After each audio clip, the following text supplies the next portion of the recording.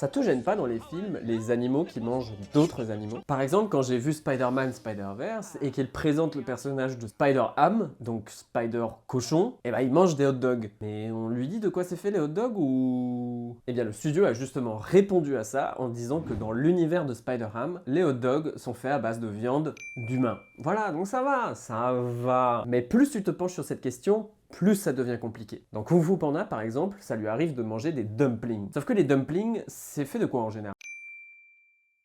Ouais, pas ouf, hein. Je pense qu'on va pas lui dire à lui, hein.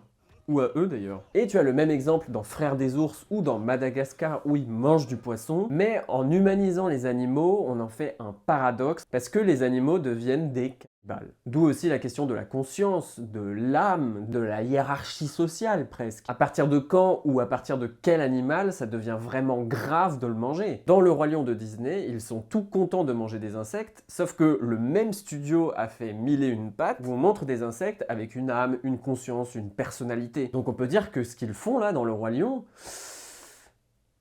bah c'est pas ouf quoi. On se rend compte qu'en déplaçant notre conscience sur des animaux, on est obligé de faire des choix sur l'alimentation, sur la conscience et un peu sur l'âme aussi. Et là, ça peut devenir compliqué. La Belle et le Clochard qui mange de la bolognaise, des crabes et des crevettes à manger dans La Petite Sirène, c'est un peu contre nature en fait. C'est contre nature, hein. Donc quand tu humanises un animal, tu es obligé de faire le choix de dire oui ou non à la conscience d'autres animaux. Et tu es obligé de hiérarchiser la chaîne alimentaire quelque part.